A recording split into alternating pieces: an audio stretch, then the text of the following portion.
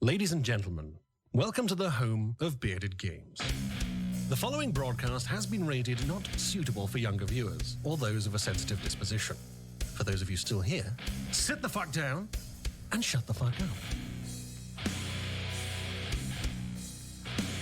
I would like to tickle your beard.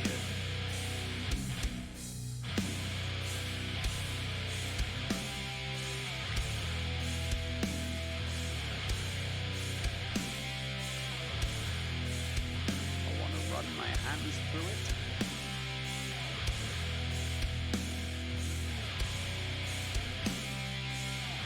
And use it like a cat uses a plaything.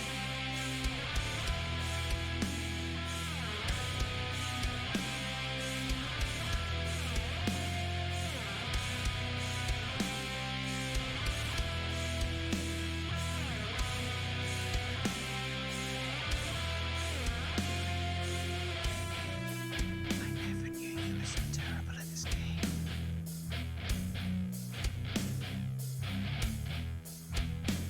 Why are you always wearing that damn hat? What are you hiding underneath it? Tell me, I have to know.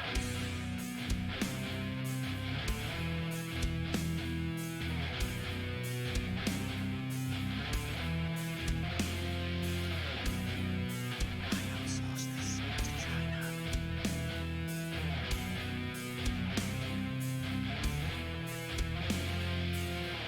Because of your fraction of what you paid me. Let's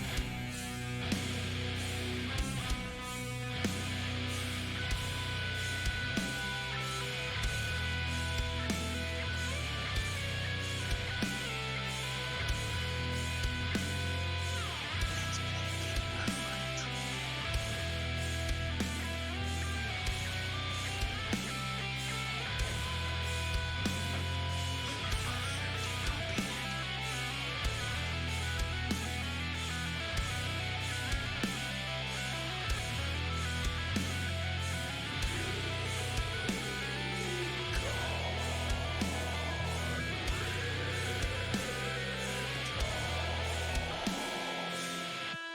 Bearded Games would like to remind all viewers that we do not accept any responsibility for sleep deprivation, broken limbs, busted eardrums, or any and all physical and mental injury caused while engaged with the channel. No purchase necessary. Typical APR 14,000% while stocks last. See in store for details. You must keep up repayments on your mortgage. Actual value 0.01 pence. Academia is not a country.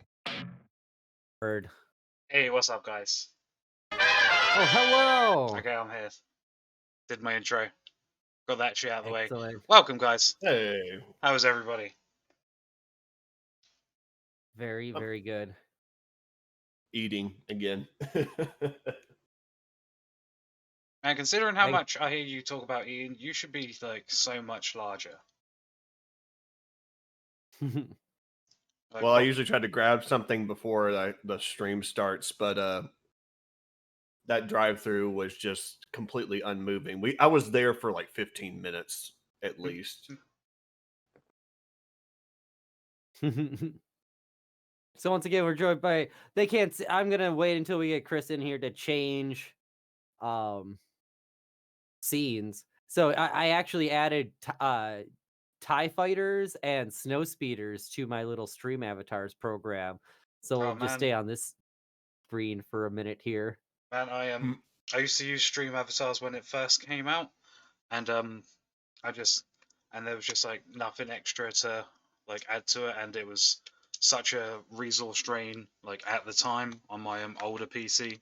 I kind of had to drop it, and like every time I see yours, I'm like, oh damn, kind of wish I got that back. Hello, Sup, Time Thomas? Lord. Oh, hey, how's it going? Hey guys. Cheers. It's going very well. Mhm. Chris will be with us momentarily here. Mm-hmm. So yeah, I'm just gonna wait to switch my scene so that we can make sure that we get everything all lined up with his camera this evening. So Sounds good. So how is everybody else doing this evening? oh, that's Wookiee for I'm good. That was awesome. That was awesome. I see that the I was just about to drive-through say, rather Dad. quickly became unconstipated for you. Everything worked out. The drive-through started was moving for you. It became moving eventually. Oh my Yeah. God, Chris Pirillo with the raid! I can't believe it. What a shock to the people. So we came up with his raid sign is now he has the Tuscan Raiders.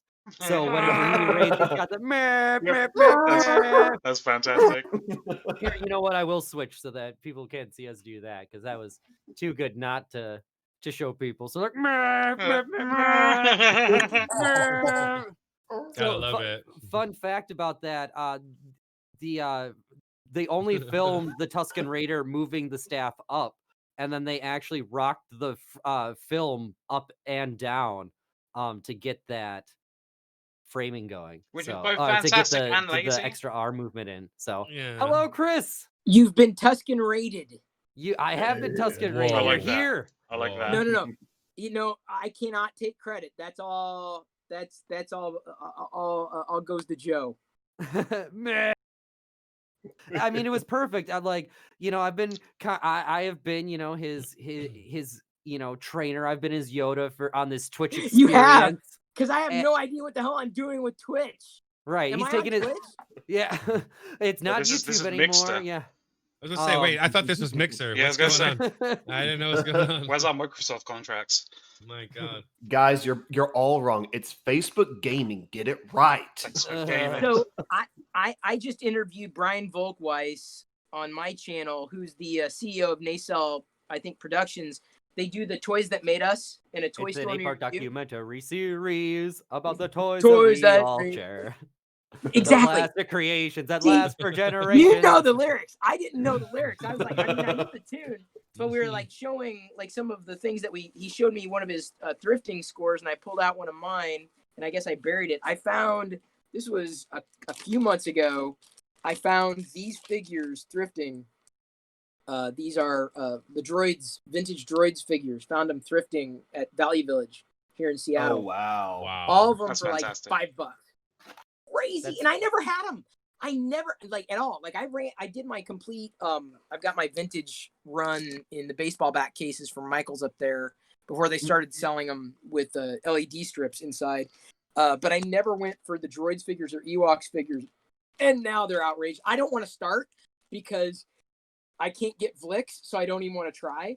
If I did anything, it would just be the 3PO and the R2-D2 variations, the droid variations that I would chase down, not Mach or MOC, but loose.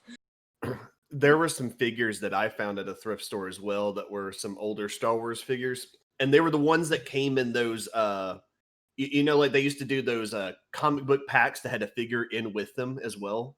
Oh right, yeah. I got a couple of them. Yeah, I found a couple of those, and it was for the Star Wars Legacy comics. It's like way into the future series back before back when it was just all expanded universe stuff. Right. And some of those characters go for a shit ton for if you find them, just even without the comics and all that, like the packets, the blister packs and all that, just the figures themselves go for crazy. And I found almost all of them that they made for that series at a thrift store, and they were selling them for like $5 to $20 each, and some of them were worth like $80, $200. I was like, wait. holy! Do you have them? Do you have them still? I Are you selling them? I unfortunately do not have most of Shut them. up. I am. I I need was to go to strapped more for thrift cash, stores. and I ended up selling most of them. I still have a few of the figures I bought. I still have a few. I love the devastation. Yeah. but the only ones I have are like some mostly lower dollar ones. I don't care. The you higher. have them. Like I that's know. I'm a figure fiend. You don't understand. Like Yeah. that's my The- jam. The other one I've got that I don't want to get rid of because I think it's too cool is the Sith Stalker for the Force Unleashed. Like that outfit Star that he Killer? has. Was Yeah, it for Star Killer, that Sith Stalker with the mask and Oh, like the the mask, clawed like, hands the and all slits. that. Yeah. I know. What you're talking about. I found that figure there as well for like $5, and I'm going to Wow. keep that one because I like that figure too much. So wait, am I hijacking everything? I don't know. Did I jump into an agenda? Like, No. I just No. So you hijacked it, but so talk about thrift store finds. We talked about this yesterday, like finding rummage sale stuff, And one of the last things, like my mom and I, even out here in Washington, because Washington has great pickings, and stuff like that. We found this like wife that was essentially selling her husband's collector store in like this. She like rented out this area, and she's just like, yeah, this stuff has been just sitting in trailers and stuff like that. For So good reason. actually, I have something really cool, Indiana Jones, that I can show you that we got for them for Ooh. nothing. Shraiku gifting Vintage? subs. Shry has gifted subs to Chris, JTJediMaster, and Maddie P. Just rounding Wow. out the subitude in this channel. Everybody in this channel now has a sub to this channel. That's That's insane. incredible. I Nice. appreciate that. Thank you so much. Try. Thank you. Shry's the best, and Shry is invited to join us and be like, I hate you nerds for talking Star Wars so much, but I love Baby Yoda. Hey, And that's good. There's I gotta remember the name on. I follow someone on Instagram, an artist on Instagram who basically mods Grogu, and like, thank you, honey, for the popcorn. NorCali, thank you for the 2 months. I So will much see if subitude coming in. I will. I can't. I guess it's not popping into my feed right now, but I will send the link. But she basically colors different colors of Grogu's, like pink and purple, and it gives them eyelashes and everything. That's Thank you kinda for the cool. follows, everybody. So one of the things that we walked away from the thrift store that is Star Wars is this weird thing that you could probably do cocaine off of at some point. Yeah, But probably. you'll notice that it has the Naboo space fighter, and it's signed Wow. D-C-H-I-D Chan. I believe he's the person who did all of the artwork for episode 1. But we got this for about $20. That box is because this woman amazing. was like, just get rid of Right. it. Wow. But it's all these just beautiful Oh damn. widescreen Oh that's just like nice. concept art pictures of episode 1. Like, just absolutely. Oh, Sump gifting that sub to Golfer Dude who just There goes followed the that hype stream. train. Thank you. There goes Golfer that So- Dude hype came train. in. He came in courtesy of Barnacles. Oh, to me. excellent. And so that was a raid that came into you. I love Full Twitch. circle. That's Twitch. Twitch is fantastic, That's to be Twitch fair. right there. But yeah, the just all of this art is absolutely incredible, absolutely phenomenal. And it's just like, it's been sitting in this case because like every one of these is like worthy of framing, right? And like to just put them up on a wall, like I don't want any of them to get like damaged or like bumped or anything. So they just sit in this case. Unless you can get them professionally framed. Right, That but would be there's right. there's literally like 30 of them in here. Like there is not a small amount of them in here. Wow. I just but- love the box. The box is just gorgeous. Although It's I'd pretty. get so Yeah. like OCD about It's- having fingerprints on it. Oh, it's like it's pretty. I mean, the box is pretty banged up and stuff like that. But like, yeah, it's a really Still. cool case. But yeah, speaking Subtly of showing Indiana off your Jones, setup there. I have something that was found at the same place. I'm gonna go get it. Somebody else talk about it, like a Star Wars find at a thrift store or something, while I go get. I this. find stuff every damn day. I mean, well, not every day, but every day enough. But it's like that's the closest thing that I get to having fun is thrifting. And I 'Cause I otherwise, feel like I've really what am I missed gonna out do? on something. I'm not going Has that into enough been- charity stores. Has that been impacted by COVID The- much, or is it just you throw the- on a mask, you can still do it? Oh yeah, you can. It's a store. I mean, it's a regular store. I mean, wait, Yeah. hang on. So like, I know, I'm in the Seattle area. Is Sure. everybody else distributed, or y'all Well, in Seattle as well? I'm in LA. This guy Hmm. over here is Yeah, in, I'm on the other side of the world. yeah, I'm in the he's- UK. He's in the UK. We're and I don't all the know way where locked JT down at the is. moment. Wow. And JT. I'm from Texas. There you Oh, go. cool. No, I in talking with Brian Volkweiss, he was saying they do flea markets and estate sales in LA. So I'm not sure if they have thrift stores outright there. Ours are called Value Village, also known as Savers. Sure. And you know, honestly, there's another store that they deal primarily with like baby toys or kids toys Mhm. with clothing, and so it's mostly for kids stuff. There's a secondary, but Value Village is a primary source for a lot of my thrifting. And then Facebook Marketplace does a decent job. It just depends, right? Mhm. Like sometimes even thrifting, those you can tell like who priced it. Like, oh, it says Star Wars on it. It's worth $1,000. Right. Yeah, This is that's garbage. also very true. Right. It's Like, so true. Yeah, now, what that- I want, honestly, I want a better international network of collectors because there's so many things you can get in Australia or the UK or Ireland or Japan that you cannot get domestic, even Canada, that you Right. can't get domestically. And that's frustrating. It is maddening to me. Japan gets some really good figures for Oh, stuff. yeah. Oh, yeah. Even for Oh. American properties, they'll get exclusive figures or whatever over there. I'm like, why can't we have that? Well, because The 9 times out of the hell? 10, the production is done over there, so they're like, well, fuck you, we'll So- specialize something for us. This was technically a rummage sale find. This place was listed as a rummage sale. Mhm. And I'm pretty sure that we got really good deals because this woman's husband wasn't there. But we're looking through, and one of the things that we find is folders labeled press kits, right? So we look through, I find 2 amazing press kits. One is the Muppets, right? The other Wow. is this one. Nice. Wow. So this is the That's pretty Raiders damn of the Lost awesome. Ark press kit for the actual movie. So not only was it this press kit, but it's all of these beautiful black and white photos of the movie with essentially the synopsis of what the photo would be tagged as in the newspaper.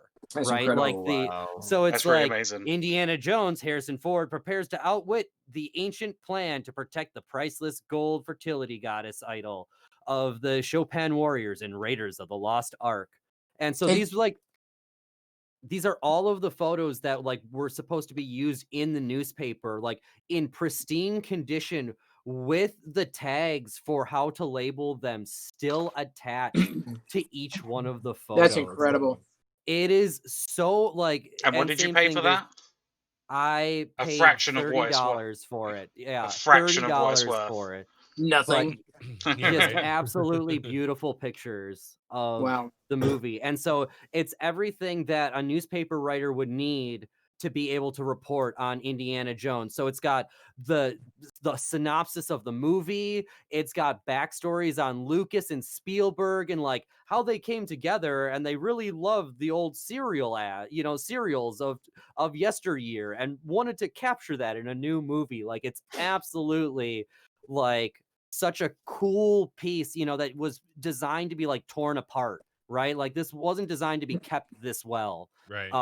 That's the thing about thrifting or going to rummage sales or estate sales or flea markets is you have to beat the person who came before you, and you Mhm. never know. That's probably the biggest problem I have with thrifting is I have to fight off scalpers or not scalpers, flippers, right? Mm. And Mhm. they'd easily grab stuff like that before I could even come close to getting to it. So Now- my mom is a magnet for this kind of stuff. Like my mom just has like a sixth sense for being able to like, hey, just look at this. Like she was the one that found these. Like I had found the Star Wars thing, but she was like, look at these press kits. And Wow. the Muppets one is typed out on a typewriter. Oh wow. Wow. That's Like insane. it's Holy shit. absolutely insane. Like it's like it's so cool having these like pieces of like just random history I love of that. these like movies and stuff like that. Yeah, it's very cool stuff to have. Nice. See, That's, I don't have something as cool as a screener, or like the kits like that and all that. Sorry, but I do have these VHS tapes that my old roommate, we would go to thrift shops all the time and all that, and we found these, or he found them, of some Disney movies, like award screeners on VHS. Yeah. For the Things movies. that were never supposed to be given away, and you can get in serious trouble for Mm-hmm. owning and giving away. I Really? have Yeah. some. Oh, yeah. You? Oh yeah. Oh yeah. Yeah, Oh, yeah. and I never knew that. Oh yeah. They even had one yeah. for Redacted. my. In fact, don't film this because you could get in trouble for owning that. there is a reason well, why this I'm was not going on showing you YouTube. something. Yep. Mm-mm. I have things that I can't show either, but that's definitely not one you need to show up. But trust me on See, that. I didn't know that because I've seen these for sale on Yeah. eBay before. So I'm yeah, just don't like, buy them. I'll tell you that. Don't buy them. Those are not legal to own. Sorry. Guess I'm gonna have to edit that out of the video. I feel like I busted your bubble there, and I'm sorry. But those Damn are it. legal tone. I didn't even get to I'm so show one sorry. for one of my favorite films. No, please don't. Please don't. It's hilarious. I didn't know you could get in trouble for owning those. Oh yes, oh yes. Because Screeners, yeah. because they can trace it back to who it was given to, and the person who got rid of it in the first place can get in trouble along with you for owning stolen property. It's yeah. That's kind of crazy. It was $1 at a thrift store. Crazy copyright laws, man. That stuff is like, it says it all over it, like not to be owned or given away or not to transfer hands. It's got warnings all over it. Yeah, it's for the that's consideration, insane. so you can vote Yeah. for the See- Oscars. That's the only reason that people are given those. And it's See- like, It may not No. say it on the box, bud. It said it all over the paperwork that they were given when it was given. to Okay. them, See, I so- could. Yeah. It would say on my like not for duplication, rental, sale, or public performance. Like it says Right. that on my stuff. But- It's okay. We all They learned a can very sometimes- important lesson yeah. here today. there's also like, I mean, We're friends with a VHS stores criminal. also got screeners of Mhm. movies as well. So it just depends on, if it's the for your consideration ones. Those are the no ones. Yeah. But it was always, I mean, not that I would ever do anything like that, but there was a time when Oscar screener season was one of my favorite internet seasons. Right?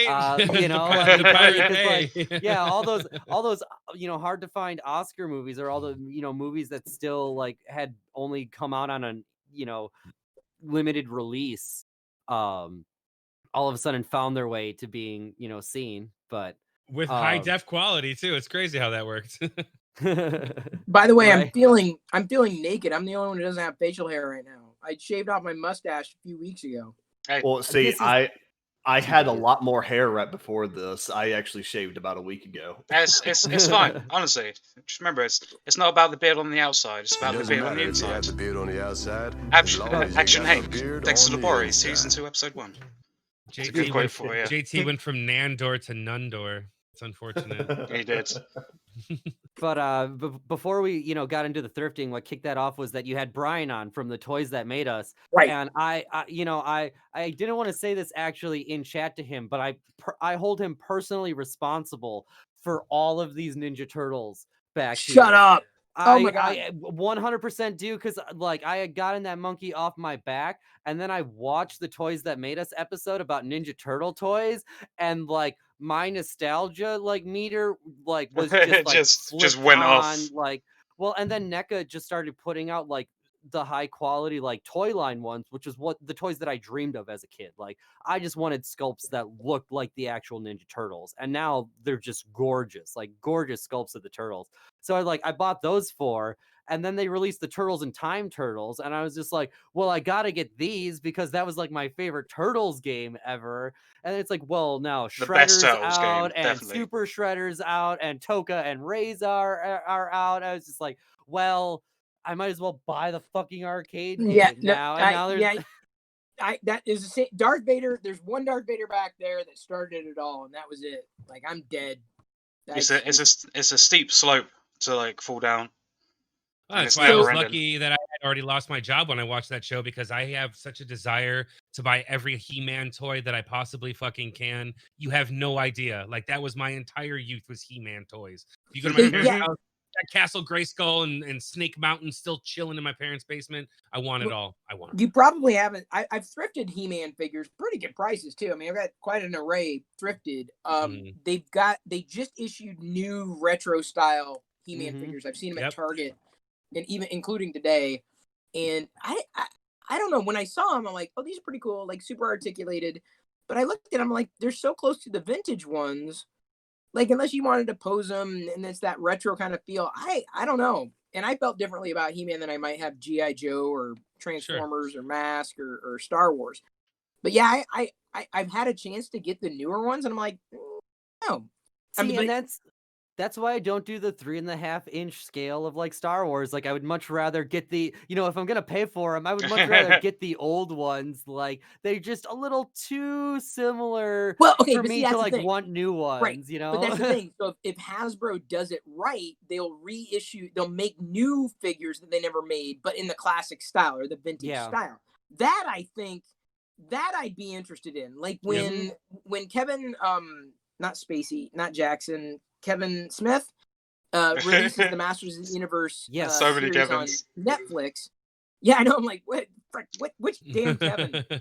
Bacon. Yeah, they're all 6 degrees away. Right. I can't say I'm vegan, so I can't officially say Kevin Bacon's name anymore without getting in trouble. But don't tell anybody. This isn't going Womp anywhere. womp. We'll So- I'm gonna censor post this this. on We'll YouTube. censor, Thank we'll, you. we'll Thank you. censor the name out. Yeah, we'll I keep his appreciate it. name I out of appreciate it. I Just can use my Kevin, beep. license. So what do you say, Kevin? Who? Anyway, I would be cool with them making the retro style figures that are essentially made, much like the actual vintage figures, but for the new characters. That I'd probably be better with. G.I. Joe, on down the line. Right. And I had a couple of He-Man figures. I was more into like Hordak and I had Modulok the and slime pit and all Grizzlor. that shit. Didn't have a The- slime pit. The Didn't have the slime pit. Leech Man or Leechor Leech, and I had Moss Leech- Man. there was just something about the Evil Horde that Yeah, I they just were loved the cool. designs of those figures because I've always been attracted to. I mean this, like visually, right? The not just the enemies, but the enemies just look cooler, right? They just the masks and the design Fierceness. and the ethos. Yeah, just. And I was never into human likenesses, and I'm like the opposite of a He-Man. Like I'm like scrawny dude, so like I was not impressed with carrying around muscles like of any kind, apart from the little muscles. The little. Sorry, I'm like The pink a rubber short attention guys. span guy. The little rubber guys out of Japan. Yeah. Like I'm careening from He-Man. And I said muscles, but no, they're muscles. Ultimate. It was from the show Ultimate Muscle. Yeah. They made He-Man muscles. They've made like actual He-Man character muscle figurines. That's kind of like cool. the pink colored and various colored muscles. FYI, not to like send you down that rabbit hole. Did that's did why Tom die? By the way, I think we may have lost Tom. Just bored him to lost death. everything I said power wise. Oh, geez. I thought he was just enjoying the conversation with his smug smile on his face. Oh dear. Yeah, I just noticed. My power was flickering earlier too. I wonder. Yep, mine too. Interesting. There have been power outages all over the place. Weird. Well, hopefully we'll get Tom back. I'm gonna leave him right there because I like his like smiling face. Like he's just approving of everything that we say here. Yeah. So. I was gonna say I noticed he weren't there because his lights. He's gone. Oh, there he's gone. An LA blackout? Yeah, unheard of. Okay, wow. I was wondering. I was like, I'm all He-Manning out, and then like the conversation died. I'm like, what happened to He-Man? Yeah, sorry. So He-Man was like that generation after me where like I never really watched the show. The most I enjoyed the toys was when I went to my aunt's house. So like I got to play with all my cousin's old toys, and he had like all of them. Like down to Castle Grayskull. And so like when you had the Jaguar and you had all that, like I didn't care. Like they really were just fun toys to play with, like regardless. And like, after watching the Toys That Made Us, which that episode is spectacular, like the Skeletor thing. The guy going through the fun house and being like, that has to be a real body. And turns out it is a real body. Inspiring Skeletor is like one of my favorite stories in like all of everything. But like, it really was like He-Man for me is like everything that's like wrong with that the consumerism cartoons of the 80s, right? Because like they like lied their way from like a special into a TV series, and then it like just took off like gangbusters, and they realized that, like this is how they could get around those rules of like the toy advertisement laws at the time. And it really shows like I was gonna say, didn't He-Man figures come before the show? So they technically parallel. It's like almost exactly parallel because they're like they pitched like, oh, it's not just a toy, we've got this special. And then the people who made the special were like, hey, for the of the price of this 190-minute special, we can make a full season of a cartoon for you. And they were like, yeah, let's do that instead. And so they released this cartoon first, and then they're like, all right, now we're making toys based on the cartoon, and released them, and it absolutely just took off like crazy. And that really led the way for like things like Transformers too. Did you know that G.I. Joe is streaming live on YouTube every day, 24/7? That's That so doesn't funny surprise me. considering the There's a few. DMCA and the takedown No, of the it's old. Hasbro. It's Hasbro. Hasbro has the license. Like, it's theirs. Right. They're streaming 24/7 episodes of G.I. Joe. The vintage cartoon, the classic cartoon. And knowing is half the battle. And those are in there too. The PSAs. That's fantastic. That's even better. But still, like, when you compare like He-Man cartoons, you know, to the cartoons of like the 90s, you know, like X-Men and like Batman, where you have just like these amazing narratives that go through these cartoons and stuff like that. And then you compare it to He-Man, where like you watch an episode and you're literally watching like the same 6 frames of, you know, animation being flipped around and you know, just minor changes being made. And like, you can tell that it was very much done on the cheap. And to sell toys more so. So I'm very interested in Kevin Smith really taking the you know, all of the like the mythos and stuff that's come in the, you know, years of He-Man fandom since, and put it into a new cartoon that I believe has Mark Hamill in it. I think Mark Hamill that is wouldn't surprise me. in it, yeah. To be fair, Kevin Smith is one of those like all-time like character geeks that you can kind of trust with an IP like He-Man though. To be fair, he's definitely one of the more trusted ones, I think. Absolutely. So we were going to talk about well, first I wanted LostTimeLord's response to the Lucas films. Oh my Christ, yeah. That was a treat. Yeah, LostTimeLord used to work for Konami. And so I would very much like his insight on what this means for EA in the grand scheme of things. Because Tom's been in the industry for like what, 20 years though.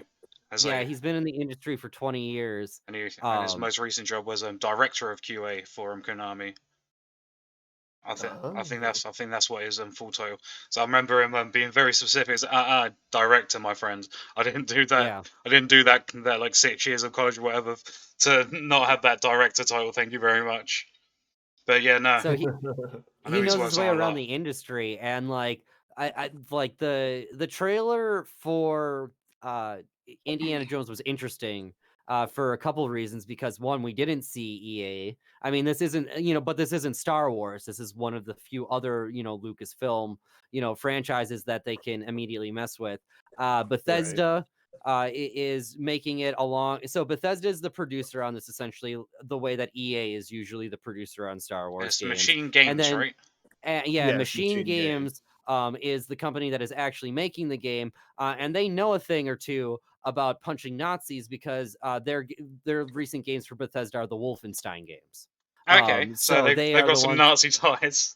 Yeah, that's a weird compliment. About, yeah, I believe, yeah, one of them, like, literally at an award show was like, "We love fucking up Nazis," you know. So they were just like all about it, you know, on this.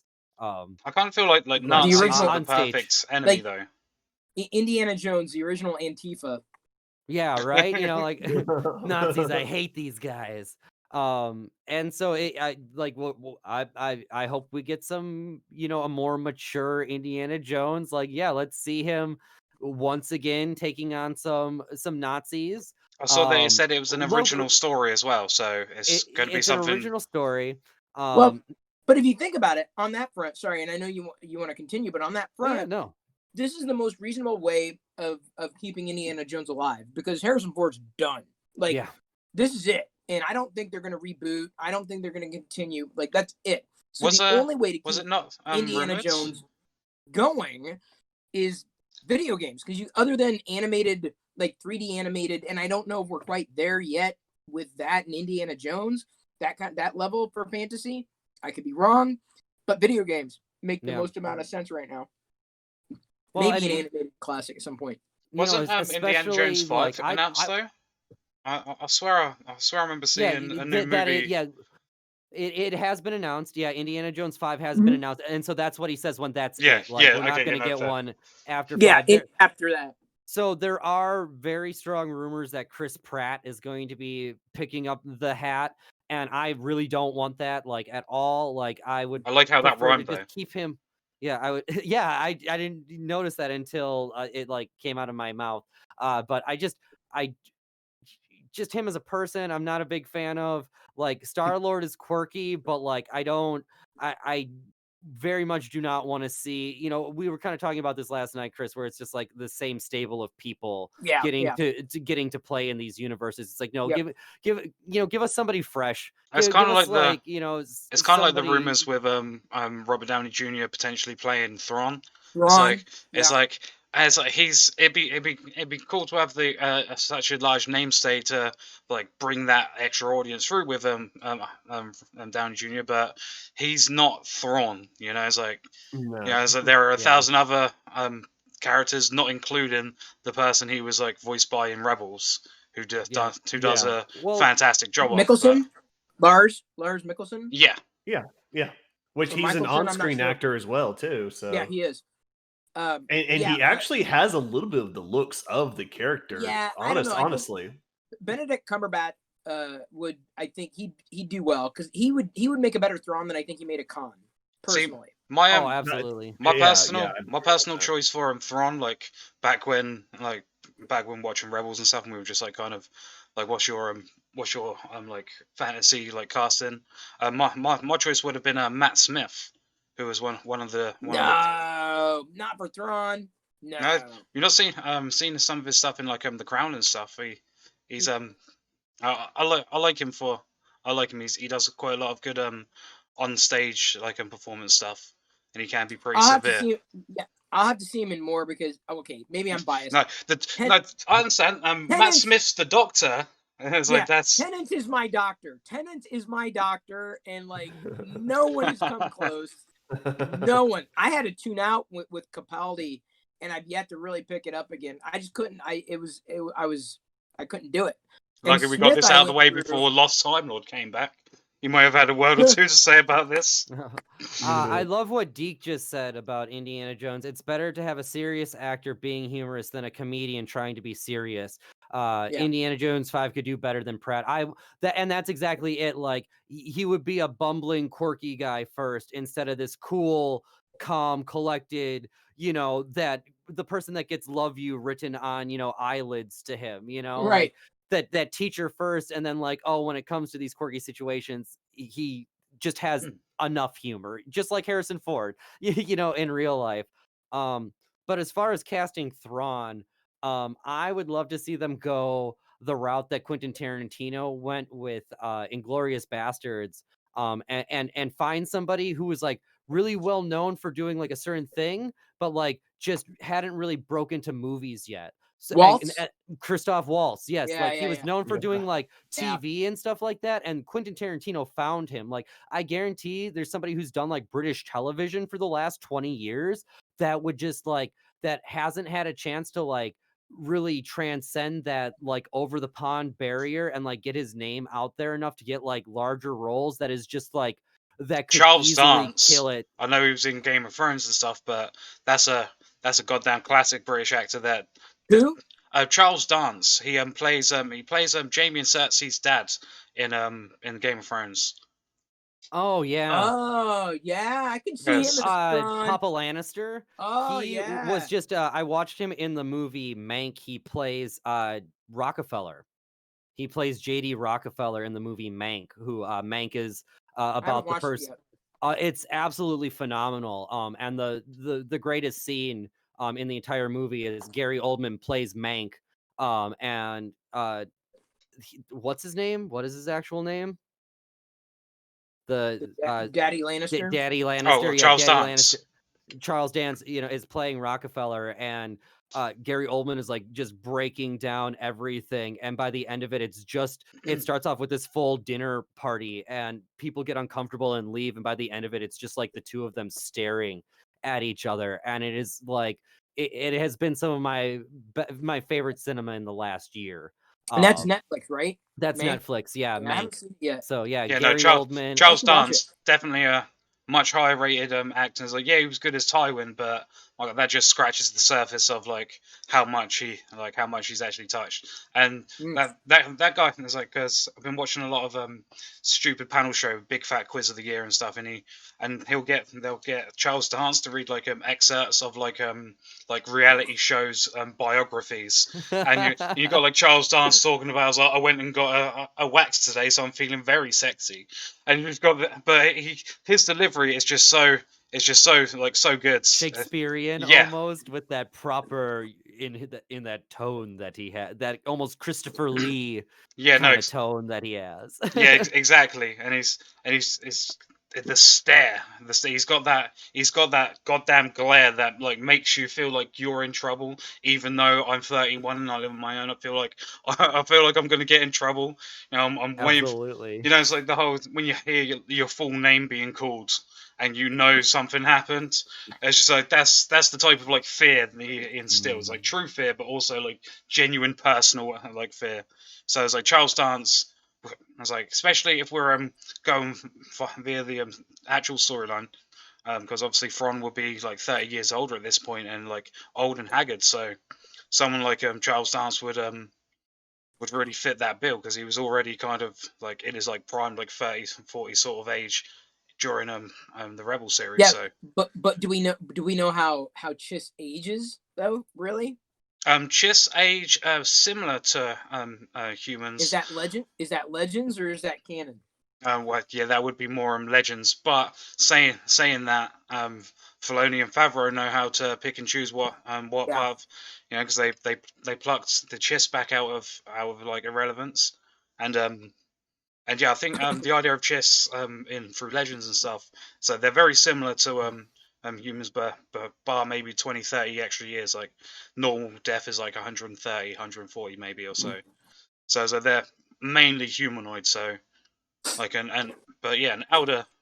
If you want severe, I'll say Charles Dance. But if we were going for a younger one, I like the idea of a Matt Smith, but also get the Well, if I can see Smith. Well, if we're going to be doing it on like a Mandalorian timeline, then it would be only like 8 years older from when he was in Rebels, not like 20 or 30 years older at that point.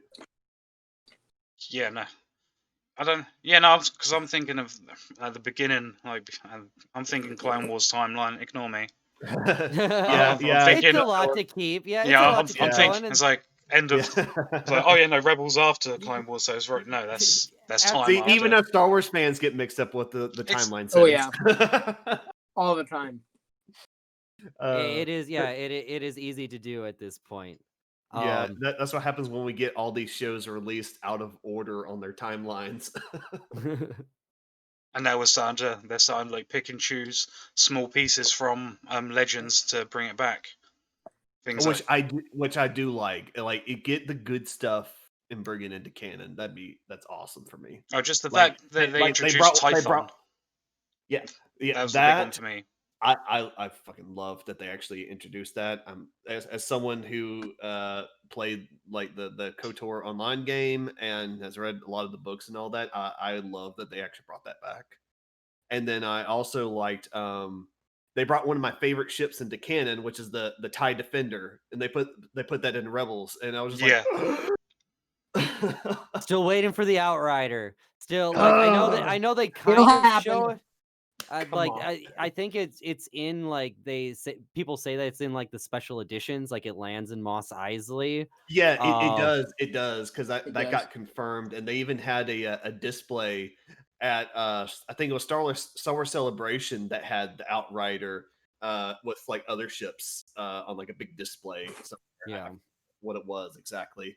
But I wanted to. It is official that it is canon on the ship. Just not the character yet. Yeah. That flies it. And so I guess that we'll go into like Mandalorian, spoilers territory here, and kind of what we want out of season 3 and stuff like that. I think that would be a fun route, and characters that we would like to see. And yeah, I would love to see Dash Rendar show up. Oh my god! At some point, Shadows of the Empire in anything Star Wars. Yeah, I would love to see them just do Shadows of the Empire. Like, I always dream of a Shadows of the Empire movie, like done with that like hyper realistic CGI, where it's just like the characters that like look exactly like Like the know, actors. everyone Sorry. keeps asking for like Kyle Katarn to come into it. I'm Right. like, okay, I would love to have Kyle Katarn in. That'd be fucking amazing. But what about our buddy Dash Rendar? Like, come on, he needs Okay. some justice, please. What about Mara Jade or Kip Duron? Yeah. See, I don't Yeah. know how they would do Mara Jade, considering how they did the sequel trilogy So now. and I'm that's just like, that's the entanglement that Disney Yeah. runs into with Legends, and that's in a nutshell. As divisive as it is, saying canon versus Legends, honestly with this fleet of new announcements that they made about the Ahsoka series and Kenobi and Rangers of the New Republic and yada yada yada. You might see characters pulled in, but I can't ever imagine, like, as much as it'd be pretty cool, I don't think we're ever gonna get like a Shadows of the Empire or We're not right. going to get Heir to Heir the to the Empire. Empire. No, not Well, at all. yeah, Heir to the Empire definitely, but like Shadows of the Empire, they've really kind of relegated everything that's happened between the like Empire Strikes Back and Return of the Jedi and A New Hope and Empire Strikes Back is the comic stuff. If I remember correctly, Lucas himself said that he would almost consider Shadows of the Empire an actual canon thing, if I remember right. And then, like an old interview, he said something like that. I mean, it ended up as a game and a book, like Yeah, right. Yeah. And That's and as comic. good as it gets. right? It's toys too, and the actual PC version of it. I don't think a whole lot of people realize this, but they did release a PC version of Shadows of the Empire, and it actually has full voice acting. Like all of the cutscenes do have people doing full voiceover for the cutscenes, which is pretty cool. And very early day CG. Yep. It's pretty bad looking. It's very dated, but I still prefer the look of the N64's cutscenes, like that artwork that you would always see. I thought it had like a very kind of cool feeling to it, like how it played out and everything with the music playing and all that stuff. I mean, the animated ones are pretty good in themselves, yeah, especially if you want like actual voices to the characters. But I just love how they incorporated, like, okay, we can't It have was almost like a animated stuff, comic, so though. they would put, yeah, it was like it was looking like a comic book, yeah. Mhm. I was like, yo, like, though it's just little still images, that like they did fucking amazing with this. That's great. Brian with the 9 months, thank you. We shall name our baby Brutus. Stream Twitch, Brutus. baby. There is a baby born live on stream. I wonder what its midichlorian count is. So I was What? like, they came very close to using the M word on Yeah, this season. M count. M count. They're worried about it. So Chris, I've been wanting to ask you, because you've been like, I've been seeing you look like you've been like searching for something like furiously, like on other monitors. I was just wondering, were you searching for something in particular, or were you doing something else? You were muted. Oh, you're muted. Yeah, no, I was just reading up on things, just like trying to okay. remember things in certain orders and stuff like that. Oh, that's fine. Now that we've Yeah. talked about timelines and stuff like that. I get that right. I get that right. Not making the mistake this Trump did. See, I'm usually pretty good on the timeline placement stuff, because like I pay way more attention to that stuff than most people usually do. I don't know why.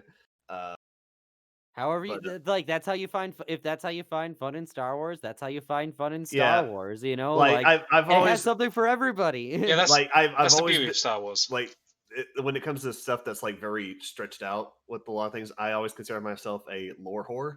So like Yeah, I find out all the little nitty gritty little stuff, even like little tiny things about series. I like looking up, finding out information and all that I love.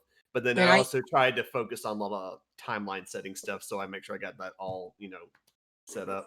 I need to keep you guys in my back pocket then, because I'm like horrible at it. I'm like, I can pull stuff in, but I'm like, dude, Yeah, no, it's like kind of absorb as much as humanly possible. It's like the Rebels thing was like, that's a mistake on my part. I've not been well, so I'll put it down to being ill and having a bit of a scatterbrain. But yeah, no, I'm usually pretty on that sort of stuff. So yeah, like I'm I not. was actually one of those people that the old legend books, they would have like the timeline placements of all the books Yeah, the released Star out. They're Wars like, dictionary with the Yeah. TIE fighter with Darth Vader's TIE fighter on the front of it, and it was like this thick. It had that huge timeline, and that was And the my Star first Wars encyclopedia as well. Yeah. it was the encyclopedia, and like I remember seeing Phantom Menace and being like, well, this doesn't match up with the timeline in my book because it says C-3PO was activated here and Anakin was born. Yeah, the human equivalent of being activated several years later. That was Disney's problem in a nutshell. I know they slag Disney for not. I'm like, what are they supposed to do? Yeah, no, Right. it makes sense that they put a full stop and say, right, from here on is our timeline. Here's what's included in here, and they then didn't say, yeah, and they didn't like say Legend sucks, it's horrible, stop believing in it. They didn't burn the books, and like you can still get them, you can still enjoy them, but like we got to start the story. We got to keep that story. I think that's important. That's critical. and then And like they needed to trim the fat. Like Yeah. there was Yeah, totally. it had been so saturated and there was so much contradiction stuff. Like we were talking about this yesterday. Yeah, just picking the brilliant nuggets of deliciousness out of, all the stuff that it's like, oh, some of it worked, some of it didn't. Let's take the best of what worked, the best of what people remember, and let's figure out how to use it within our universe. And that's what I love haven't about had an Filoni. issue. Yeah. So Filoni worked underneath. He was essentially George's Padawan for absolute years, and even to when it comes to like Mandalorian decisions, I know Favreau and Filoni go to George to like confirm, like, okay, no, this is what our idea is, and then Papa Lucas will confirm and like give them. It's like, yeah, no, this is how I think it should be, and then give them, like, put him in the right direction, because. It's like every interview I've seen is like, even with like some with Filoni with like Rebels, which was completely his own story, he was still like quoting and like looking to Lucas for guidance because it's his universe and his world, and that was always the whole goal, and that's why I kind of trust Filoni with this, because going through all of Clone Wars, they pick and choose and add so many nice little things, like they reintroduced the Republic Commandos as canon within the Clone Wars story. They introduce the Mortis, the Mortis arc, which is some of the best. It's like before like season 7 of Clone Wars, and then Mandalorian came out. Those three episodes are probably it's like in my top 5 piece of Star Wars, like piece of literature, because so perfect. And so even with something so over the top, Filoni was like pick and choosing things, because Revan was almost in those episodes as a if you look up Clone Wars deleted scenes, it's like a partially animated version of it when with the sun is like in the volcano and the center of a volcano. It's and been so long since I've watched the Mortis arc. Oh, it's worth going back to every time. But at one point he's like praying, like, what is he supposed to do? And then like the spirits of like old Sith Lords appear to him and like tell him, like give him like guidance as a Sith Lord, and like Revan's mask is like kind of like moves forward, and it's Revan's like actual mask, and it's like and it's Revan talking to him as a Sith Lord, and it's like his side of it all, and they introduced so much, but then left so much more to the imagination, because that's the whole point, it's for you to interpret it in yourself, because they said they cut out so much from it, to leave it up to that like personal speculation. And it's like, because you don't want a definitive full stop on what the Force is. That was the whole point of the Force. Everybody's got their own interpretation, including the Jedi's and the Sith, like even amongst their own like people.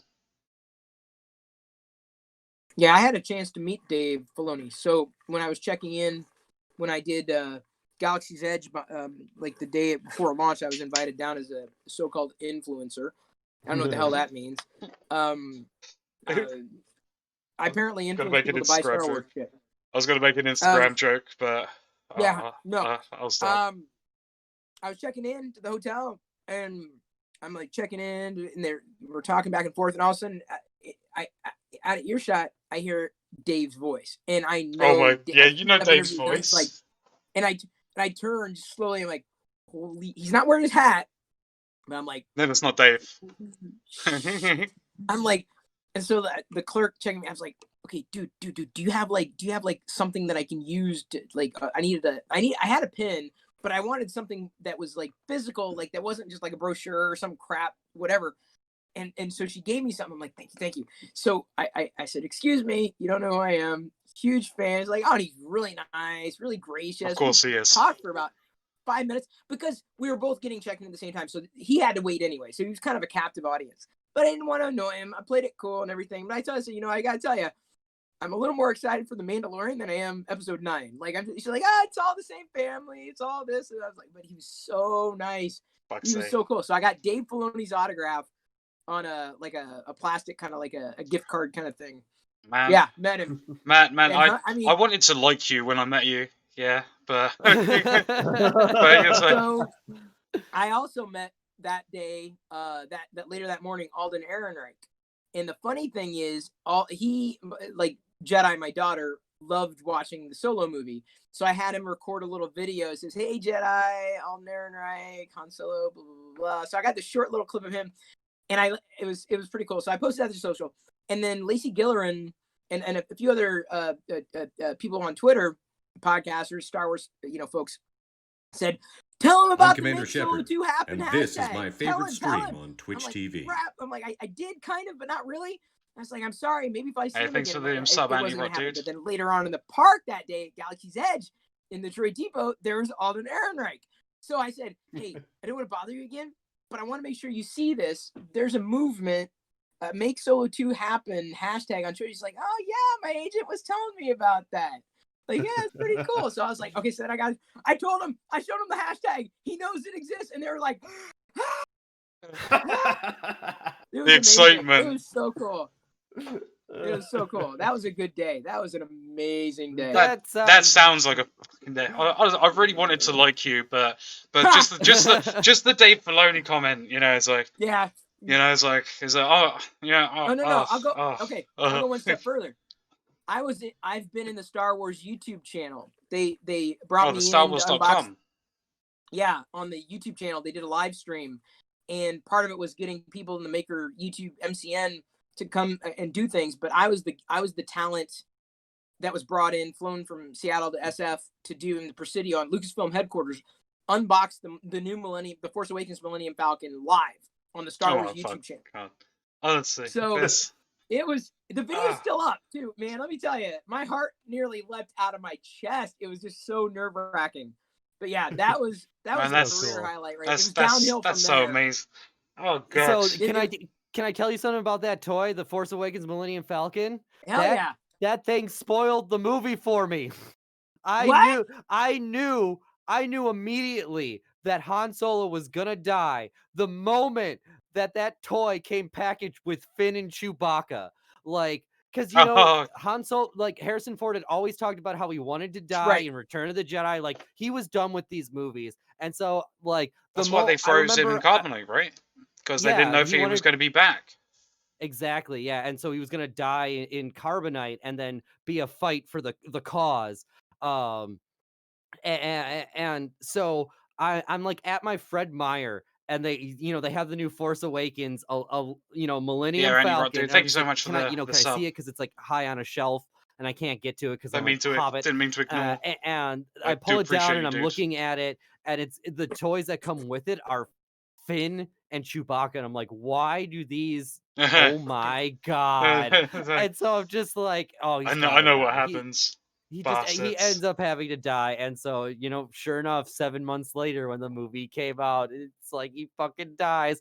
And I was actually it was my first winter streaming on Twitch, and I was like in celebration of Star Wars, I was actually streaming Star Wars games. Like, I was doing Star Wars games leading up to Episode 7 coming out, and I'm so glad that I had spoiled it for myself, because leading up to the movie coming out, people were coming into the channel with Han Solo dies as their names and following the channel. Oh yeah, no, and posting spoilers of the channel and stuff like that. That's horrible. That got spoiled. One person did that to me. But that's horrible. Luckily, I'd already seen it because I saw it on day of release. I was like, it's the only. So I've seen these guys in the past. So I don't really get out to the cinema a great deal. But A Force Awakens is like the only movie I've ever gone to the cinema twice for. You know, just as simple as that. It was just like Wow.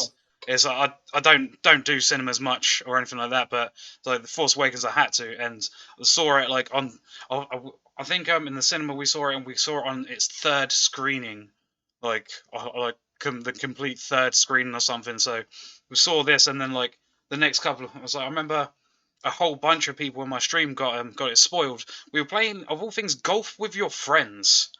And like somebody came, like a group of like 3 or 4 people bombarded the game because I hadn't set it to private yet, and with like all of them with copy and paste. It was like Kylo Ren kills Han Solo, Kylo Ren kills Han Solo. It was just like, well, I'm glad it wasn't spoiled for me, but damn guys, I'm sorry. And it was just like this like instant. There's nothing you could do about it as well. It was like these people. Yeah. These people were like, as they joined, it said like person name joined, copy paste, person left, and it happened like 3 or 4 times in a row. You know, so it's kind of crazy. What's up there, Shy Girl? Yeah, I didn't cry when Han Solo died, because like I said, I kind of expected it. But when Luke Skywalker faded away, I definitely like Really? oh yeah, like because for me it was like, you know, that end of the era, you know, like he's now a blue Force ghost, like the torch has literally been passed to the next, you know, I will not be the last Jedi kind of thing, like. Like at that point it was just like this for me. The Skywalker saga had been completed, you know, like that's where it ended for, you know, that's where the Skywalker story kind of ended for me. What was, you know, Luke disappearing like that, it absolutely got to me. Was I the only one that had absolute anger when you had the red herring of thinking that Chewie died in that prison ship explosion?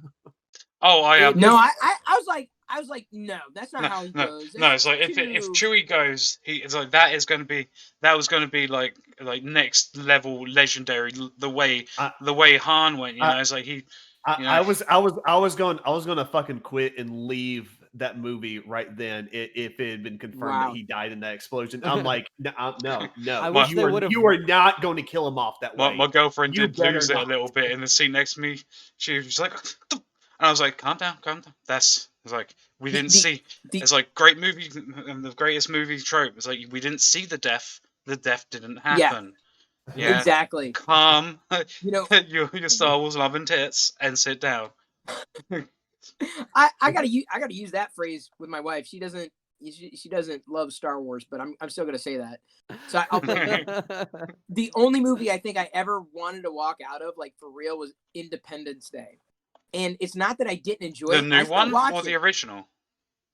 No, the first one, right? Yeah, the original. Yeah. Okay. And I was watching them, you know, because it's a summer blockbuster or whatever.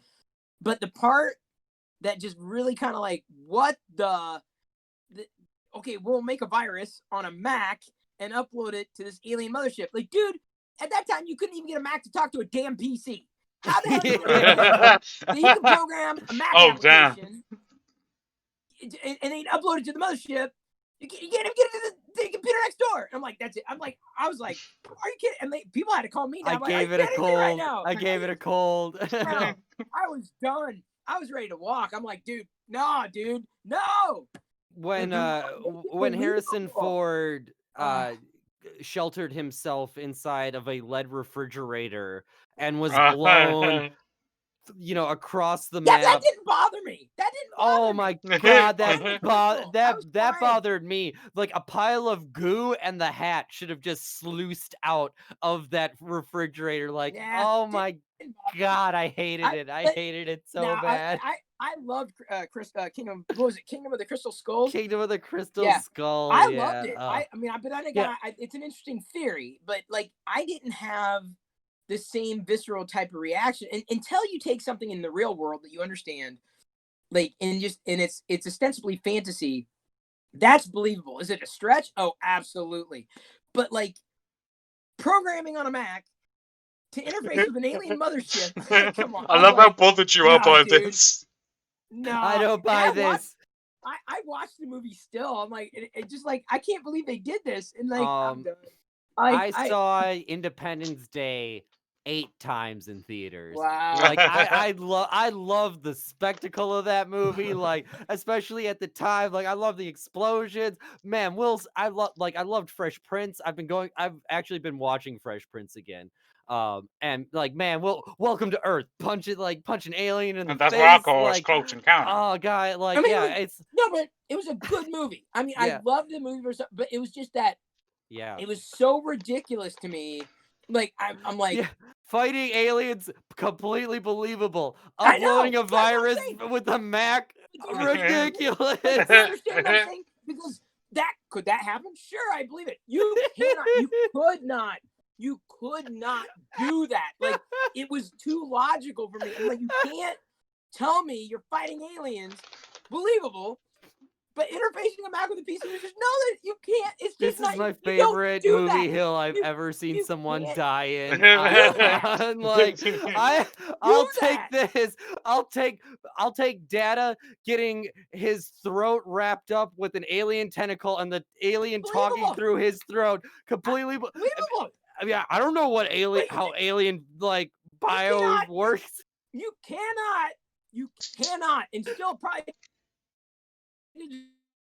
Oh. He got He's, so like, angry and freaking out freaked so He's- much. You still have to Oh, move it. No. oh my God, this. You know, fake president of the United States and shit. Like, no problem with that. Like, that's great. But you just can't take a freaking floppy disk and stick it in anything and make it work. See, well, you don't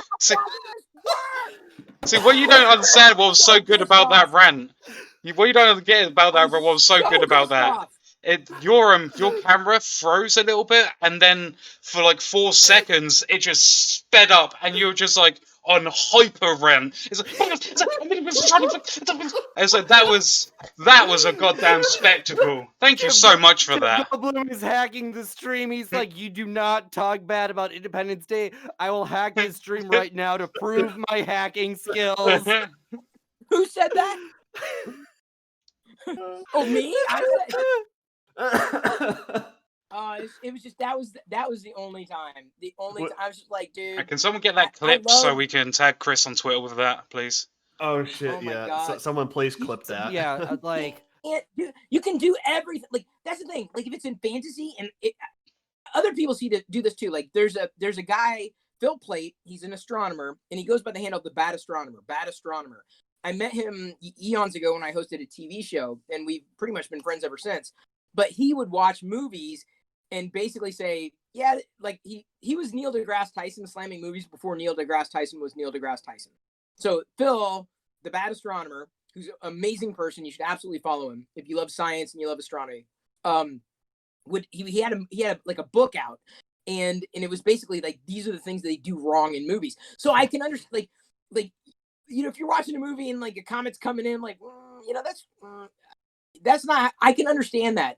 Like, when you have that field of expertise and understanding, that's why I'm fine with fantasy movies, like, because they're not real. Like, it's just it's fiction. But once you pull in a real world scenario and it's too real, it's like I that's where I'm like, Christopher Nolan movies. That's what you're talking about right there, where he's like, he wants to make it like hyper realistic and like with these ridiculous like theories behind them, and it just like completely breaks everything in his movies. Yeah, that bugs me. I mean, I like losing myself in entertainment. I don't want to think too hard about it. Like, Wonder Woman 84, I'm sure I'll get kicked off the internet and lose my geek cred. But like, I was like, okay, that was pretty good. I think I enjoyed the first or the second Wonder Woman movie more than I enjoyed the first one. But then I log onto the internet and like, oh shit, apparently I have to hate this movie. I'm like, and there's genuinely legitimate criticisms. Absolutely. Every criticism I've seen of the movie, on point. But I still enjoyed it. As a movie, it reminded me a lot of the 80s, which is where it got slammed. Like, as, you know, because did it need to be in the 80s? Or, you know, stereotypes and racist tropes. These were legitimate concerns. They were absolutely legitimate concerns. I'm not taking away from other people's perspectives. But as a movie, I lost myself in it. I didn't think too hard about it. And maybe that's my problem, is that I didn't think too critically enough about it to be able to bring up those concerns. But and that's, so my sensibility was my scope of understanding and my perspective that I brought to watching Independence Day. That's what tainted the movie for me. Much like other people who've seen Wonder Woman have certain perspectives, and it tainted the woman, or tainted the film for them, right? It colors it differently. So that's why I always appreciate logging onto the internet after seeing something, because I like seeing perspectives. Even if I might disagree or I don't see it the same way, I like seeing how I could see it differently and challenge my convictions and wonder, yeah, God, you're right. Yeah, they probably should have done that differently. So, you know, the era of the internet is different for entertainment. I always look for ways of just escaping and not thinking about it. So, like, if you want to ruin everything, then you definitely want to be a filmmaker. Because, you know, for me, it's just like I have desperately had to like reel myself back, you know, from that like cinema eye. Like, you know, yeah, you should be able to get lost in movies, and like, you know, you should be able to enjoy a movie first before you put that critical eye to it. Right. And that's what I think a lot of people lose, is that, like, you know, some movies are designed to, like, yeah, make you think. I like those movies. Some people don't. But then there need to be like these popcorn-esque movies. Like, they're not meant to be anything other than these colorful, bright scenes. Like, yeah, you Like didn't Mission like Impossible. Independence Day because of the tech stuff. I loved it because of the grandness of the special effects and stuff like that. And I was really big into both Will Smith and Jeff Goldblum at the time. So like for me, it was like a perfect storm of things. You know, like, there are different reasons to like these different things, and like that's why I've actually, you know, I used to live and die by those you know, I used to say that I watched the red letter media reviews of the prequel trilogy more than I watched the prequels. And because I enjoyed watching them like just viciously tear these movies apart. And now that I go back and like I think about it more, and I think about it in the perspective of like how much they fleshed out the Clone Wars and stuff like that. Like, I really don't hate the prequels as much as I did. And I think about like how, you know, fervently people hated George Lucas for years. You know, there was a documentary, The People versus George Lucas, for My like, dogs were in that documentary. your dogs were in that documentary. That's Sorry, not to derail the conversation, but you know, it's just like people hated George Lucas, and we never should have hated George Lucas. Like, George Lucas only ever gave us fun Star Wars, and we decided to get too hypercritical because we forgot that they were kids movies and wanted to take it as like this huge, you know, scoping cinema thing. It's like, no, like, they're fun. Exactly. And that's, you know, to me, and like, there are many things. I love everything Star Wars, but there are many things that I don't love and I don't like. But I don't let those thoughts overshadow the things that I enjoy. And that's probably the biggest problem I have with people who say they're Star Wars fans. But in all fairness, that's the problem with any real fan. That's any real fandom. Any IP that like gets any real like traction, you're gonna get that toxic ass section of the community that's like, well, it's not exactly my taste of this like flavor ice cream zones. I'm not gonna like enjoy it whatsoever.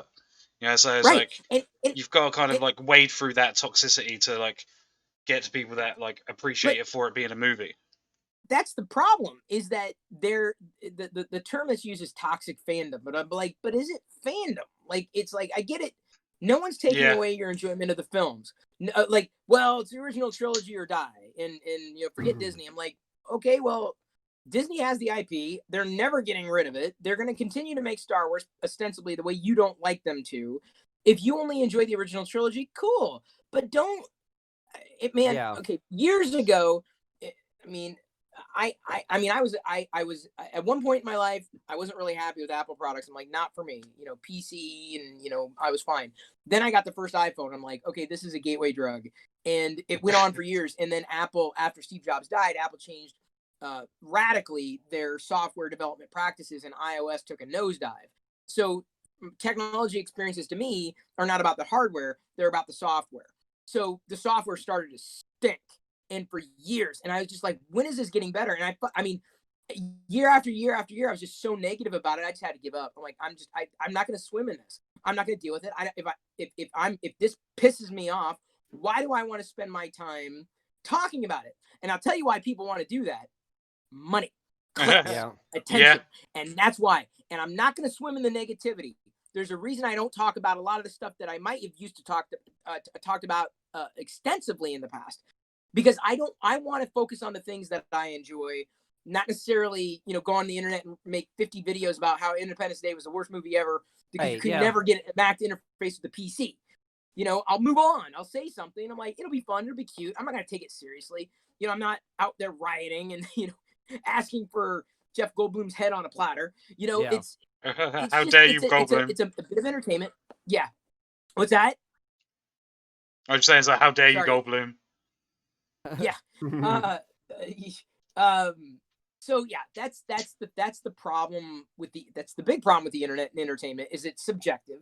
And if you're so wrapped up in negativity and that becomes your brand, then that's all you're ever going to do. And it's like, I turn off from that. Cause like, dude, I don't want to dwell in negativity for extensive periods of time. And if I find that I'm negative about something for a long period of time, I don't consider myself a fan. Like, I'm not at all. Yeah, no, that's not fan. That's like, that's the way I used to be a fan.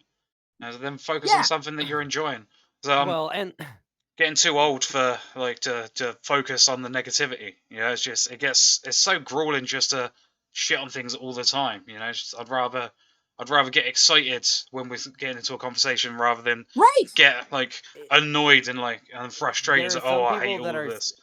That are so like hypercritical of things. It's like, what do you like? Like, is it like these like 5 specific things? And if it does, if everything isn't up to like your acting like standards, it's like a piece of a piece of crap. Like, you just spent an hour talking about it. Like, clearly it had some effect on you if you're willing to spend an hour of your time talking about it. Even like, so you didn't like the acting in it. Like, okay. You didn't like the acting in it. Like, so many people want to die on this hill that it's like all of this phenomenal stuff. It's just like, at the end of the day, like, it's Star Wars is okay. Like, it's fun. If you look at it as anything other than fun, you're gonna start having a bad time. If you're looking to get hypercritical about it, if you're saying that like all of the performances in these movies need to be up to like Oscars, it's like, no, it's literally a space opera, soap opera. Like, it's exactly. It's supposed to be corny. It's supposed to. It's supposed to be a bit of fun. There's always, it's like, well, the way George explains, like, Star Wars is always a story of hope, So, and within that genre and idea, you're always going to get those repeating tropes. And as like says, because like Star Wars rhymes and stuff. And just like a soap opera, they have a character that died that somehow through some crazy cockamamie means comes back alive in a later chapter. Right, it's I can name 3 British soap operas that have done that. Like, I'm not even kidding you. It's like Coronation Street, Emmerdale, and EastEnders. I don't even need to try. So those are 3 things that have happened. The soap opera, the UK soap opera podcast is after this one. Sorry. Sorry. I'll see myself out. Dun, dun, dun, dun, dun, dun. I do need a piss though. Be right back. Yeah, but people get so wrapped up in the seriousness of it. It's just like, you do remember that like the best thing about it is if you can put yourself in the universe. Like, the thing that I told people in improv is like, if you can say the thing that if you can say the thing that 90% of your audience was thinking and make your audience feel smart, you've done your job. And is it sometimes the most basic thing? Is it that low-hanging fruit thing to say? Absolutely. But if you make your audience feel smart, they're going to eat that crap up. And like, that's what happens with Star Wars. When people see these characters and they realize that they're these people, they're like, oh my God, like, I'm happy that they're using these things this way. Like, you should have like watched me like talk about things that I wanted to happen in Mandalorian to Shry, and then watching them like happen a couple seconds later. They were just like hitting my gratification button with like every single scene. They just knew exactly what my fanboy sensibilities wanted for every scene of The Mandalorian. And like, it the best acting? Absolutely not. Is it some of the best the most cohesive storytelling? No way. But like, is it fun? Is it goofy? Is it Yeah. exactly what I wanted out of Yeah. being a Star Wars fan? Yes. And if you Yep. didn't enjoy that, I'm sorry, but I did. And like, I don't care. Well, that's the thing. I've tweeted before because it's like it doesn't deserve a thought beyond that. But like, I'm a horrible reviewer of anything, and Same. people they've like pegged me as some. Oh, didn't you used to review? I'm like, not really. Like, I'm a horrible reviewer. Do I like it? No, I don't. Do I like it? Yes, I do. That's it. I'm like black and white. Like, there's no middle ground for me. Is this product for me? No. Is it for somebody else? Yes. What else do you want me to say? I'm like, I'm not gonna like dive so incredibly deep. I'm the same way with entertainment. I either enjoyed it or I didn't, and I can't. I like, what was the script? What was the score? What was the acting? What was the director? I'm like, oh, I liked it. I felt good. If I watch a movie all the way through, 5 stars. Yeah, like if I watch a series through the first season, 5 stars, right? It doesn't mean I enjoyed it as much as another one. Maybe not. But the fact that I got all the way through it tells me that I enjoyed it enough to want to know how it ends. And that's entertainment to me. And that's why I'm a horrible reviewer. Don't ever ask me to review anything, because I'll suck at it. I feel the same. The entertainment is that. It's escape. Like, unless it's a documentary, I would be entertained by a documentary. But it's still, I'm zoning out. I'm like, I don't want to do anything right now. I don't want to think. I don't want to, and maybe I do want to think, but I don't know I want to think. But I'm just letting somebody else kind of do the thinking for me. So it's not to the point where I'm going to overanalyze something to the point where I don't care about it anymore, or I minimize its value so much and spend my time thinking about it so much that it doesn't mean anything. And I think I find with entertainment, I'm that way. This is probably why I love Star Wars as much as I do. I recently, my friend turned me on to this review of this Final Fantasy VII game, and before he even gets into the review of the game, he talks about his process of reviewing the game and how he played through the game 3 individual times while color coding the different segments, and like, he knew this game down to frames. Like, this one section takes 23 minutes, 5 seconds and 59 frames to get through. And it's just like, I unfortunately have broken down movies that much because, like, I've always wanted to be a filmmaker, right? And a director. So for me, it wasn't necessarily doing it because I didn't like it anymore. It's because I wanted to understand it better. Like, I wanted to dissect it and learn about it so I could do it. Not necessarily because I wanted to review it and be critical of it, but because I wanted to know how it worked.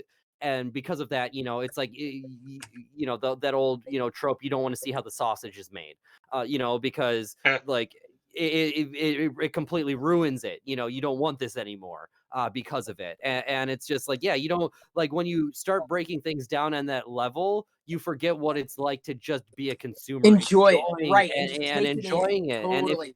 And if you cannot see it through both, if you cannot see it through the reviewer light and the consumer light, well, then if you're only looking at it through that hyper reviewer light, well, then it's never going to be good enough, because reviewers, you gotta look critics for in general are like, it's a frustrating thing, because these people have, why should your opinion matter if you've never made anything, right?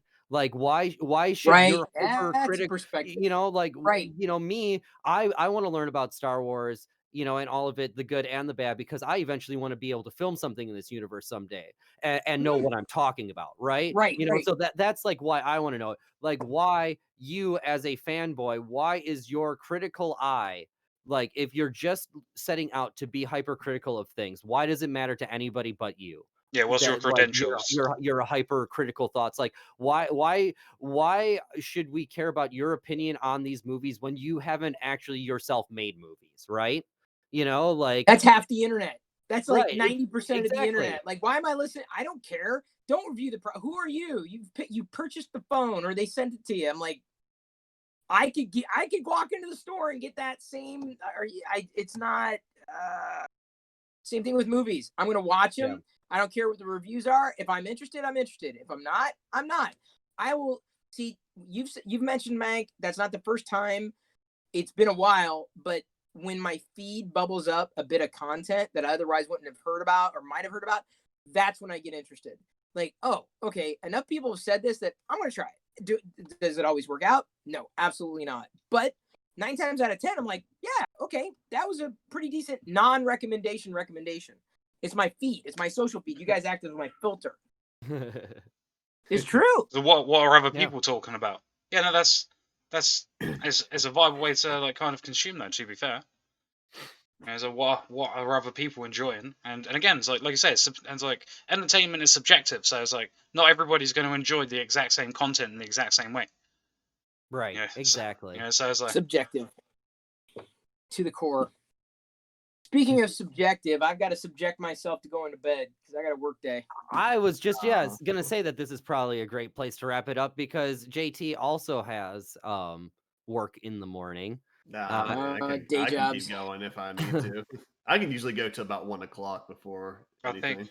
Do we have a Star Wars person to raid? Is there anybody doing Star Wars stuff right now? I was Is totally going to anybody on continue. your stream? Is anybody on your list right now, Chris, that we can Nobody. Absolutely pass it on to? Nobody. We're looking at people play. So I started Fallen Order again today, and it just so happened to have the PS5 update. So it's like, yay! I picked the right day to play Fallen Order again. But Chris, thank you. Yeah, fine. hey, he's back. God damn it! Welcome back, buddy.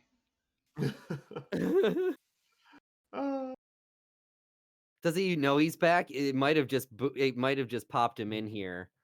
Oh, he's muted. Tom, are you there? Well, we'll wrap it up anyways, and I'll stick around to talk to Tom. But Chris Pirillo, thank you so much for hanging out. Yeah. And I'm sure that you'll hop on again sometime with us. Oh, easily. Because we're slowly kind of trying to make a Star Wars network here on Twitch. That's more Star Wars, the better. Star Wars people I meet on Twitch, the happier I am. Oh, Chris, so make sure to check your make sure to check your Twitter because you're totally gonna get tags with that clip of you the video of you you're gonna rewind it. I have not laughed that hard in a long time, so thank you for that. Someone in Maddie Street. Scree.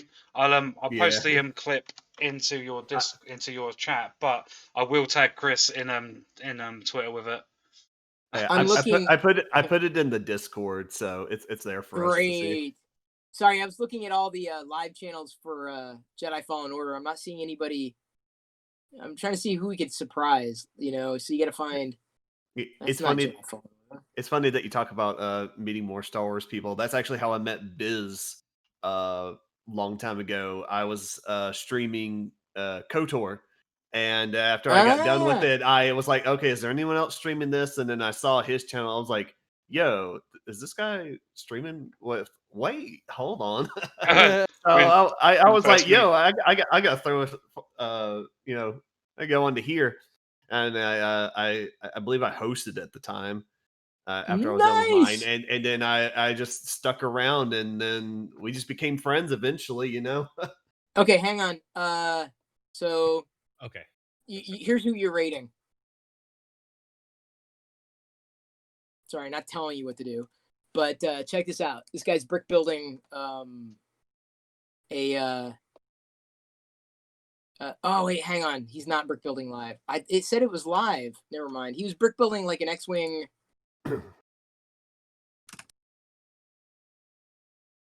I was looking for Star Wars brick building. Dang. Sorry about that, lads. So the good, power buddy. company decided to have an issue, and then it all came back all of a sudden. So cheers. Unfortunately, Chris has to head out, so I figured that we were going to end, but I wanted to make sure I said hello and came back and let you guys know that was just a bunch of bullshit, and I hated it. Tricky. Like, yeah, I'll raid your friend. Why not? Put his actual thing in here. His actual Twitch thing. Pokemon, Star Wars Stories. That's German. Battlefront. Yeah, come on. Twitch has really got to work on their friggin' search, dude. Yep. So you're fairly new to this. This is something that I've been abusing for the past 8 years. The time that Twitch does something right, they did 10 things wrong before getting there. God bless America. Well, here's somebody who's just streaming, and their title is Sith Lords Are Our Speciality. So for that alone, that's good. That's yeah, creative. we'll go raid them. So everybody go in there and say hello and meep meep meep meep.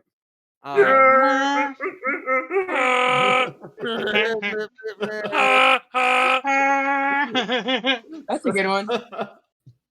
And yeah, thank you everybody for watching. Thank you again, Chris. And we will be back next Tuesday. Like I said, we're kind of trying to build like a Star Wars network. Chris has been streaming every day at like 6 p.m. Talking Star Wars. I've been on his show. He's been on mine. And I'm sure that will happen many times back and forth here now. So yeah, friends, thank you again for hanging out and for watching with us today. We will see you next time. Peace. Later.